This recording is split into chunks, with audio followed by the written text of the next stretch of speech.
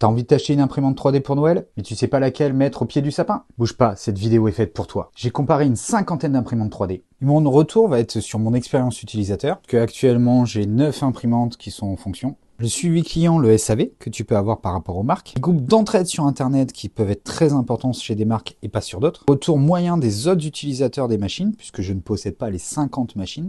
Et mon avis ne concerne que moi, parce que je ne suis sponsorisé par aucune marque. Donc c'est mon propre avis que je donne dans cette vidéo. Et pour ceux qui me suivent sur d'autres plateformes, vous savez que la qualité d'impression est ce qu'il y a de plus important pour moi. Qu'importe ce que je réalise, je veux que ça soit le plus nickel possible. Donc je prends mes critères d'exigence dans mes choix et je fais comme si moi je devais acheter une imprimante cette année. Mais d'abord, il faut un petit lexique.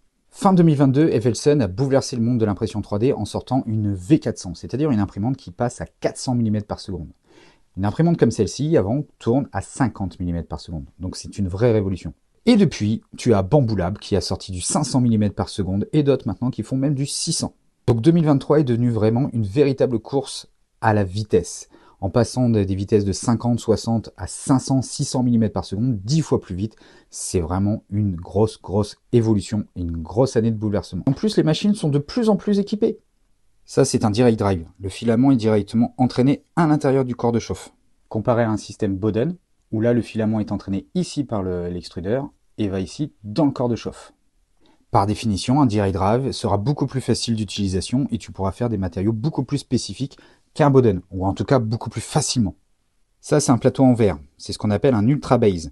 Quand il est chaud, ça accroche très bien, et dès qu'il refroidit, on peut enlever sa pièce facilement. Mais aujourd'hui, quasiment toutes les machines sont équipées de plateaux PUI, c'est beaucoup plus facile à décrocher. En plus, Ultra Base, alors je suis très fan de l'Ultra Base, mais l'Ultra Base a tendance à s'abîmer, les plaques ont tendance à casser. Qu'un PUI, il suffit de te changer, c'est une pièce d'usure, tout simplement. Ça, c'est un système de BL Touch. Maintenant, toutes les imprimantes sont équipées de systèmes automatiques pour niveler ton plateau. Comme ces trois options sont devenues des standards, donc le plateau en PUI, le Direct Drive et le système de nivellement automatique, si les imprimantes n'en ont pas, déjà on se tire une balle dans le pied. C'est pas une obligation, ma première imprimante c'était une X1 et elle fonctionne très bien. Je dis fonctionne puisque je l'utilise encore. Mais toutes les imprimantes aujourd'hui possèdent ce type d'équipement. Certaines non, donc celles qui ne l'ont pas, du coup elles vont descendre dans le classement. Pour que ça soit plus facile pour te repérer, j'ai fait plusieurs sous-catégories. Les imprimantes en dessous de 200 €, celles entre 200 et 300 €, celles au-dessus de 300 € jusqu'à peu près 500 € de budget, les grands formats et celles qui sont cloisonnées. Parce que oui, c'est pareil, les imprimantes cloisonnées en 2023, ça devient vraiment très tendance. Ah oui, j'allais oublier, dernière chose pour ta compréhension, important, parce qu'il existe 3 types d'imprimantes. Ça, c'est ce qu'on appelle une cartésienne. Le plateau avance d'avant en arrière, la tête de gauche à droite et le bras de haut en bas. Ça, c'est une imprimante de type delta. Donc, c'est-à-dire que tu as 3 bras et la tête va bouger dans tous les sens, mais le plateau reste fixe. Et là, tu as ce qu'on appelle une core XY. Donc, le plateau va monter et la tête va se déplacer de gauche à droite et d'avant en arrière. Comme ceci. Hop. Maintenant que tout est dit, on va passer au comparatif. Let's go! Voici les 6 choix possibles pour Noël 2023. On a la Wanao D12, la Anycubic Cobra 2 Neo, la Under 3 V3 SE, la Artirinus Sidewinder X3 et la Terminator 3. Malheureusement, je vais devoir éliminer la T3, malgré que c'est une très bonne imprimante. Aujourd'hui, elle est très difficilement trouvable. C'est vraiment dommage parce qu'on pouvait la trouver à moins de 130 €, ce qui est vraiment un déchirement. J'ai cette imprimante, je l'ai beaucoup utilisée, mais bon, malheureusement, comme on a du mal à la trouver, je ne peux pas la mettre dans le test. La Genius est une imprimante qui est beaucoup trop vieille à mon goût par rapport à la X3 ou par rapport à la V3 SE. Elle est à 184 €, mais quand on voit le prix des autres, on peut l'éliminer également. Surtout qu'elle vient d'être remplacée par la X3 Pro. Si je dois en choisir une parmi ces 4-là, ça va être celle-ci. Pourquoi ? Aujourd'hui, on peut la trouver, et je vous mettrai un lien en description, à 189 €, alors que les autres sont plus dans les 200 €. Et une imprimante équipée à ce tarif-là et aussi silencieuse, franchement, c'est super intéressant. La Wanao est encore en Bowden, mais l'avantage c'est qu'on peut avoir 2 extrudeurs, donc on peut avoir un changement de couleur, on peut avoir 2 filaments différents. On a le choix du style puisqu'on peut l'avoir en bleu, en vert ou en rose, ce qui a un avantage. Ils viennent de faire une mise à jour du firmware en passant un Marlin 2 qui permet de passer à 400 mm par seconde. Et comme je l'ai expliqué dans mon petit lexique au départ, aujourd'hui il y a plein d'équipements qu'elle n'a pas. Elle a ses avantages et ses défauts. La X3 Pro, malheureusement, personne ne l'a vu, personne ne l'a entendu. On connaît très bien la Genius, mais la X3 Pro, on ne la connaît pas. Donc n'ayant pas de retour utilisateur, on ne peut pas avoir un vrai jugement, donc je ne peux pas vraiment la conseiller à l'heure actuelle. La Anycubic Cobra 2 est une très bonne imprimante. Au même tarif, je préfère acheter une V3 SE. Voilà, sans trop de suspense, c'est la Under 3 V3 SE que je choisirai pour un budget inférieur à 200 €. Maintenant, on passe à la catégorie supérieure, entre 200 et 300 €. Dans la catégorie des moins de 300 €, on se retrouve avec 9 imprimantes. On a deux Elegoo, la Neptune 4 et la Neptune 4 Pro. La différence sur la Pro, c'est qu'il y a une zone de plateau chauffant à deux parties. Est-ce important? Ça vaut quand même 50 €. Est-ce que c'est important? Je suis pas convaincu. Donc du coup, la Pro, je l'élimine. On a également deux Sovol dans cette catégorie-là. La Sovol SV06 à 239 € avec Marlin et la SV07 à 339 € équipée de clipper. Comme expliqué avant, celle-ci, la SV06, ne va qu'à 80 mm par seconde. On est loin des standards actuels, donc je l'élimine. On a également deux Under, la S1 Pro et la V3 KE. Donc la KE par rapport à la SE, c'est que la KE est équipée de clipper. La SE, non. Il y a 30 € d'écart entre les deux. L'une va 500 mm par seconde, l'autre 150. Alors la V3 SE est très bien équipée et fonctionne très bien. Mais aujourd'hui, on est sur des standards de vitesse plus élevés. Donc est-ce que c'est justifié encore un prix de 259 € pour la S1 Pro? Il n'y a que 30 € d'écart. Pour 30 €, je verrai plus une KE. Et parmi ces quatre-là, mon choix se porterait sur la Elegoo. La KE, on a très peu de retours utilisateurs, donc on ne sait pas si elle est aussi fiable que la SE. La Sovol SV07, il y a à boire et à manger. Pourtant, Sovol ont une très bonne réputation, mais sur cette machine-là, c'est mitigé. Entre ces deux imprimantes, c'est vraiment compliqué de faire un choix. La Anycubic, je l'ai trouvée à 238 €, je vous mettrai un lien en description. La Elegoo Neptune 4, elle est à 260 €. Là-dessus, il y a Clipper, pas là. Ce que je trouve bien, c'est le système de ventilation qu'il y a ici. Donc je pense que le refroidissement est beaucoup plus important. Donc on peut tracer une vitesse beaucoup plus précise et importante sur celle-ci que sur celle-ci. Maintenant, l'une et l'autre, vous ferez un très bon choix. Moi, personnellement, j'hésiterai très fortement entre les deux avec une légère préférence pour la Elegoo. Et là, ça se complique dans la catégorie des moins de 500 €. On a 13 imprimantes. Je l'ai déjà retiré, donc la Sidewinder X2, puisque c'était une vieille imprimante, et la S8 Pro aussi. Là, par contre, il y a des belles affaires à faire, parce que la S8 Pro, en ce moment, est vendue à 150 € et la Sidewinder X2 à 184. Là, on est sur des imprimantes grand format, 30 par 30, donc c'est des prix qui sont vraiment très abordables, puisqu'on est bien en dessous des 300 €. Maintenant, pour choisir une imprimante pour Noël, je me base sur les nouvelles générations. Et sur toutes celles qui restent, il y en a deux qui vont sortir du lot. La Creality K1 et la Bamboo Lab A1. La K1, on peut la trouver à 399 €. Je vous mets un lien en description. C'est une dinguerie. Entre l'interface utilisateur, la qualité d'impression et 600 mm par seconde, elle est imbattable. En plus, l'imprimante est entièrement cloisonnée. L'interface utilisateur est vraiment très très cool. On peut la commander de son téléphone. Donc c'est une gagnante.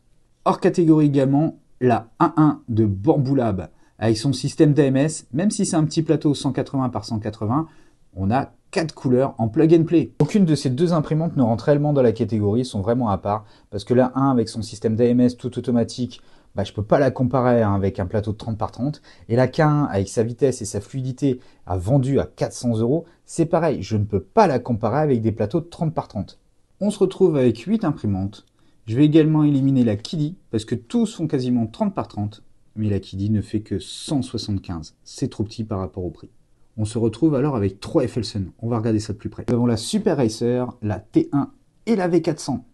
La SR est vendue sur le site à 329 €, la T1 dans les 500 € et on est un peu plus de 600 € pour la V400. Ces deux-là, on est sur la même taille de plateau, le même volume d'impression. 260 par 300 mm, donc on a quelque chose de conséquent. On passe à 300 par 410 pour la V400. V400 d'ailleurs qui va à 600 mm par seconde maintenant, donc est-ce qu'on devrait plus l'appeler V400 mais V600? Bon, en tout cas elle va à 600 et puis à 400, c'est important. Petite info, la Effelson Super Racer, si je lui rajoute un pad, je vais être à 300 mm par seconde, mais par contre je vais être à un prix de 517 €. Celle-ci est en précommande à 500 €. Donc quitte à choisir entre les deux, je préfère la T1. La T1, les livraisons sont prévues pour le mois de février-mars 2024. Donc on ne peut pas le mettre sous le sapin de Noël, on peut l'éliminer. La SR est une très bonne imprimante, mais comme on l'a vu, à caractéristiques identiques, la T1 va la battre. Donc est-ce qu'elle peut être encore dans le classement? Pour moi non, mais ça reste une très très bonne imprimante et je l'adore cette imprimante. On va éliminer également la Artillery Sidewinder X3+, parce qu'elle vient juste de sortir et on n'a aucun retour. La X1 et la X2, je les possède, c'est de très bonnes imprimantes. Est-ce que la X3 va être dans la même lignée? Je n'en doute pas. Maintenant, pour donner mon avis, je ne peux pas parce qu'il n'y a pas assez de retours d'utilisateurs pour la conseiller pour Noël. Peut-être l'année prochaine, mais cette année en tout cas pas. Parlons maintenant des deux Sovol, la SV06 Plus et la SV07 Plus. Elles sont tous les deux au même tarif. Et si on regarde les caractéristiques détaillées, la SV06 Plus et la SV07 Plus, la 6 Plus va à 150 mm par seconde et la 7 Plus à 500. Donc entre les deux, je préférerais la 7 Plus. En plus, l'une est équipée de Marlin et l'autre de Clipper, donc à tarif équivalent, c'est plus intéressant celle-ci. On se retrouve maintenant avec 5 imprimantes. On va éliminer également la Wanao, même s'ils ont équipé de Marlin 2 et qu'ils font des promos dessus à l'heure actuelle, elles pourront la trouver à 356 € avec les frais de port. Une SV07 Plus, comme on l'a vu, elle vaut 329 €. Elle est 30 € moins chère. Donc, entre Clipper et Marlin 2, je préfère quand même Clipper. Entre 500 mm et 250 mm, je préfère 500 mm. La CR10 Smart de Creality, avec une vitesse seulement de 180 comparé aux autres qui sont entre 500 et 600, on est loin des autres. Donc, on va l'éliminer également. Et là, je m'aperçois d'une petite erreur, j'ai oublié la Nikubik. Ouais, la Cobra 2+. Autant pour moi, des erreurs ça arrive, le principal c'est de m'en rendre compte avant la fin de la vidéo quand même. On va comparer un petit peu les tarifs. On est à peu près entre 430 et 530 €, sauf pour celle-ci qui a plus de 600 €. Pour un volume d'impression équivalente, la seule différence c'est que c'est une Delta. Est-ce que ça vaut la différence? Pour moi, plus forcément. Sur les trois, parlons de retour utilisateur. La SV07 reçoit quand même pas mal de critiques. Les retours sont mitigés sur la SV07 Plus, comparé à la Elegoo et la Anycubic, où là, ce sont des retours beaucoup plus francs. Et là, on a vraiment deux modèles qui se valent. Une petite préférence pour Elegoo, elle est à 383, alors que la Ani Cobra 2 Plus est à 429 €, donc elle est un petit peu moins chère, la Elegoo. Personnellement, je trouve dommage que Artillery ait sorti son imprimante un peu trop tard, parce qu'on n'a pas eu de retour, on n'a pas d'expérience utilisateur, et elle aurait pu être dans le match et être une bonne imprimante bien placée. Deuxième petit bémol, c'est sur la V400. Elle aurait pu aller plus loin dans le score si, au niveau tarif, elle s'était un petit peu alignée, parce qu'aujourd'hui, à 650 € une V400, comparé aux autres, comme je vous ai dit, à 383 €, ça fait quand même une sacrée différence. Est-ce que la performance vaut le jeu? Pour moi, ça ne le vaut plus. Il faudrait qu'ils revoient un petit peu leurs tarifs. Parlons maintenant des très grands formats, plus de 40 cm de plateau. C'est énorme. La Creality est à un prix incroyablement injustifié. Elle est à plus de 800 € quand les autres sont entre 500 et 700 €. On peut l'éliminer, on la trouve même à plus de 1000 €. Donc je ne vois pas l'intérêt de celle-ci. Il nous reste 3 imprimantes. La Wanao est à 50 cm. Elle est vraiment monstrueuse. Et ces deux-là, on est vraiment dans les mêmes catégories. On voit que Anycubic et Elegoo se tirent vraiment la bourre encore une fois. On a des caractéristiques qui sont vraiment très très proches l'une de l'autre.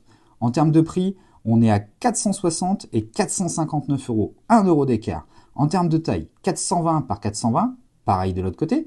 En termes de hauteur, on va monter à 480 et là on va monter à 500. Donc on est très très proche l'une de l'autre. Donc pareil, c'est un choix très difficile. La D12 500, c'est vraiment très très grand, 500. Donc je vais l'éliminer puisque les deux autres se ressemblent vraiment très portraits. À choisir entre les deux, je pense que ça serait Anycubic. On est vraiment dans un mouchoir de poche entre les deux. Passons maintenant à la nouvelle catégorie, la catégorie reine, les imprimantes cloisonnées. Ne prenons pas le critère du multicolore dans un premier temps, on a 10 imprimantes qui sont dans cette gamme. On va commencer par les petits plateaux. On a 3 Bambu Lab, la Flashforge et la Creality K1. La différence entre la Bambu Lab P1P et la P1S, c'est simplement que celle-ci est ouverte et celle-ci est fermée. Je la laisse dedans puisqu'il y a plein de fichiers pour pouvoir la fermer totalement. Par contre, petite subtilité au niveau du prix, quand vous prenez un pack avec l'AMS sur la P1S, vous la payerez moins cher que la P1P et vous prenez l'AMS à part, puisqu'il n'y a pas de pack avec la P1P et AMS. Vous voyez, on a 1016 € et contre 1007, donc c'est plus intéressant de prendre la P1S. Donc celle-ci est plus intéressante avec l'AMS que celle-ci avec le pack à part. Parlons un petit peu tarif. Celle-ci est à 600 €. Celle-ci est à 1259 €. La P1P est à 654 €. La P1S 755. K1, je l'ai trouvé à 399. Quand on regarde tous les paramètres, et ben franchement la K1, je la préfère à toutes celles-ci. Comme j'ai dit précédemment, je ne tiens pas en compte de l'AMS, donc le fait que ça soit multicolore. La Flashforge ayant des retours assez mitigés, et la différence entre ces trois-là, c'est le prix. Celle-ci est beaucoup plus intéressante en termes de prix. On a des écrans qui sont de meilleures prestations, et franchement, à 399 €, ça ne vaut pas la différence de prix, même si la Bambu Lab est de très bonne manufacture et de très très bonne qualité. Même si les Bambu Lab sont de meilleure manufacture en intégralité, la K1 à 399 €, ça vaut vraiment le coup.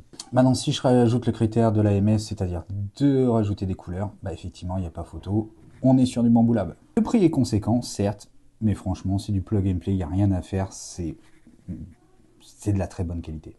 On va être sur du 1500 € pour la 1 carbone, et on va être dans les 1000 € pour la P1S avec l'AMS. La carbone va apporter le lidar et plein d'options, l'écran plus grand, etc. Donc si tu veux pas de gadget, tu prends celle-ci. Si tu veux plus de gadgets, plus d'équipements et d'avoir la version haut de gamme, tu prends celle-ci. Elle a fait ses preuves et elle est très bien. Parlons maintenant des grands formats.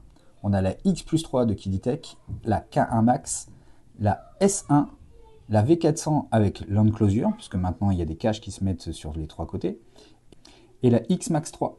En fait, elle, c'est la grande sœur de elle. Et à choisir, je choisis la X+3.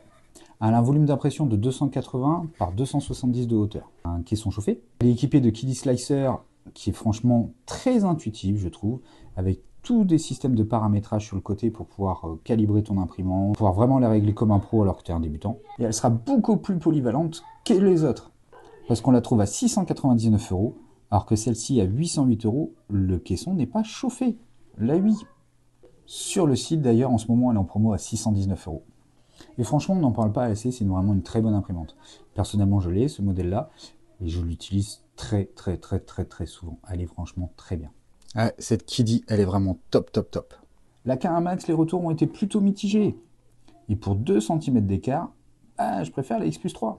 Même si esthétiquement, on est plus sur un côté bambou sur celle-ci, là, l'esthétique, moi j'aime bien, mais après tout le monde n'aime pas. Là, on est sur quelque chose de plus épuré, on dirait un peu style Apple.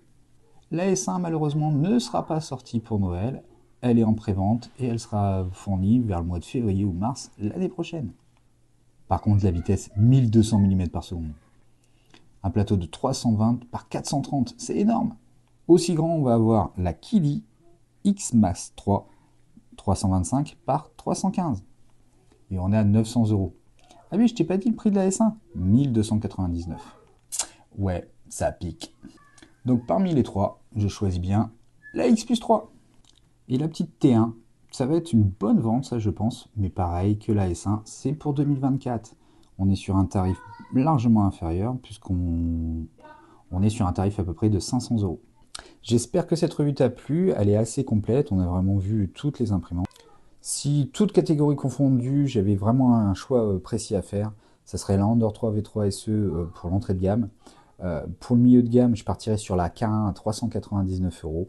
Et au-dessus, pour vraiment ces prestations et de pouvoir faire tout ce que je veux au niveau technique, ça serait la X+3 de chez Kiditech.